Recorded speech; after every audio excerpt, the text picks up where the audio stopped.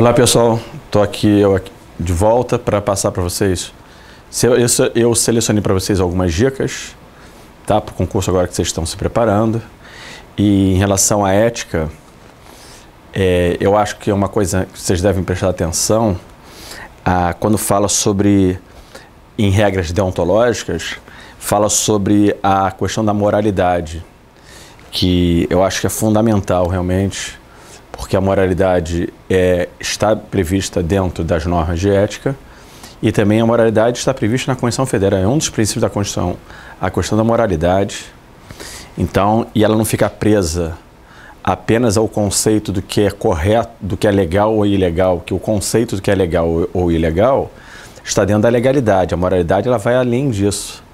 Então, um agente público, né, aquele indivíduo que está no cargo público, ele tem que ter essa conscientização da conduta moral, que a conduta moral ela caminha lado a lado com a ética.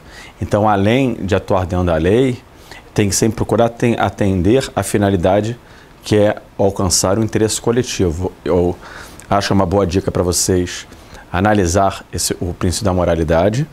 Outra coisa que eu acho que também é importante destacar é o respeito que, numa relação de subordinação hierárquica, as pessoas têm que ter aos seus superiores hierárquicos. Agora, esse respeito que tem que se ter aos superiores hierárquicos, cumprindo as suas ordens, a conscientização que também como princípio ético, o servidor público ele não vai cumprir ordens manifestamente ilegais, pelo contrário. Quando ele verifica alguma situação de um abuso de poder, está dentro dos princípios éticos que ele tem que comunicar, denunciar, para que providências sejam tomadas. Então, acho que esse é um outro aspecto bastante interessante para destacar. Um outro ponto que eu acho interessante de destacar é o dever da assiduidade, dever da pontualidade, não faltar ao trabalho, não chegar atrasado. Também a questão do compromisso com as pessoas nos serviços, evitando que existam longas filas se forem desnecessárias. Então, em questão de ética, eu queria ressaltar isso. E quanto a uma dica sobre sigilo profissional, eu queria destacar que é um dever do profissional não revelar informações que tomou conhecimento em razão da sua profissão, né? Então, profissionais da saúde, quando eles tomam conhecimento de alguma situação em razão da função deles, eles têm que respeitar o sigilo profissional.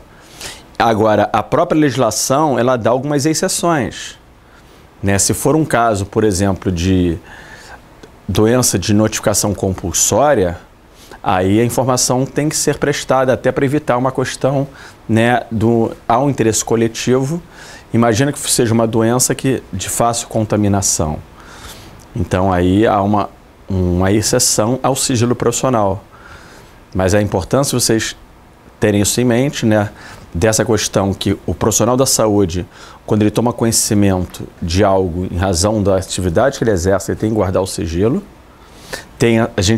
Eu destaco essa exceção de doença de notificação compulsória, como destaco uma outra exceção também prevista, que são os casos de maus tratos em crianças e idosos, que aí se chega para ser atendido num hospital público ou privado, numa clínica particular ou um posto de unidade de pronto atendimento, por exemplo, e os profissionais da saúde verificando que aquela criança ou aquele idoso está com sinais de maus tratos, eles também têm a obrigatoriedade de comunicar o fato.